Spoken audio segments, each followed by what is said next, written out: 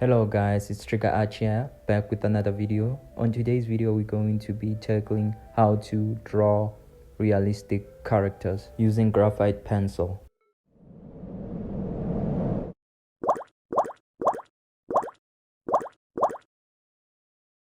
I know it seems very difficult and sometimes frustrating to draw realistic pencil art, and at times not knowing how or where to begin. But hopefully in today's video, the techniques I'll be sharing with you guys will help you to improve your art and make you the effective artist you always strive to be.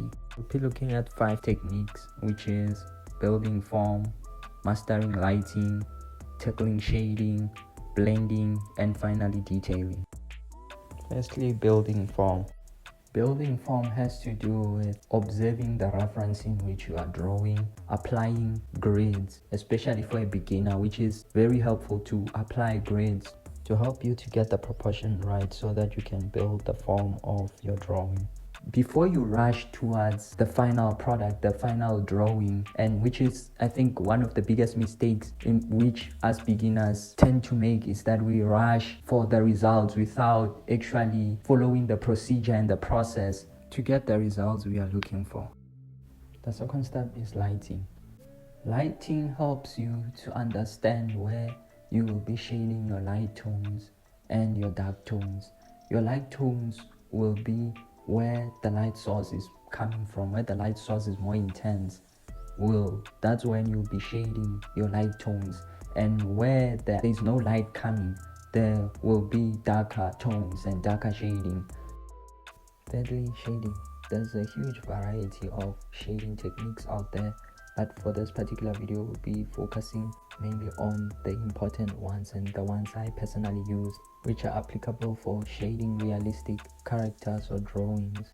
Hatching is a well-known shading technique which is most effective in shading comic books or shading illustration, or made for light movement to emphasize movements in characters, but they are also effective in shading realistic characters, especially in pencil. Once you shade them over and over and over, and once you blend them, they become smooth, and you are able to smoothen them out so that they are not even visible. They are very useful also for shading hairs and maybe specific cloth that requires this shading technique. Cross hatching is very effective in shading the skin of the character. It's very much applicable in all aspects of shading. You can shade for whatever object or subject you want to shade. It is well used for a variety of reasons, and it's very effective.